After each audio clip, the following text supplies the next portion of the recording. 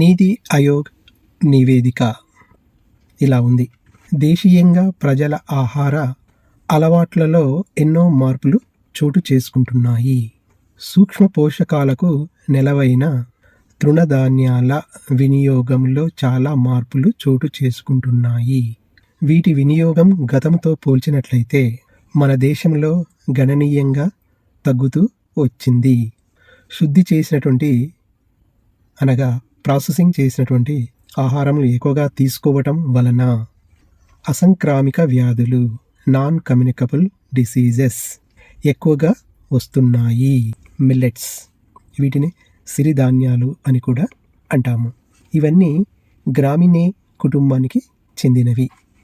కొర్రలు, రాగులు, అరికెలు, సాములు, ఊదలు, సజ్జలు, జొన్నలు, ఈ తృణధాన్యాలలో ఉన్నటువంటి వివిధ రకాలైన పోషక విలువలను మనము ఉపయోగించటంలో చాలా వెనకబడి ఉన్నాము అని నీతి ఆయోగ్ ఒక నివేదిక ఇచ్చింది.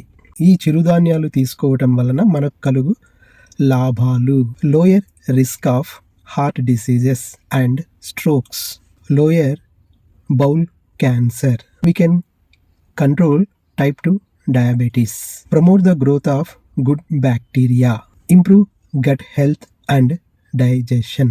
ఈ చిరుధాన్యాలలో vitamin B, minerals, iron, magnesium, zinc, protein, antioxidants, essential fatty acids, omega ఇవి మనకు విరివిగా ఈ చిరుధాన్యాలలో లభిస్తాయి.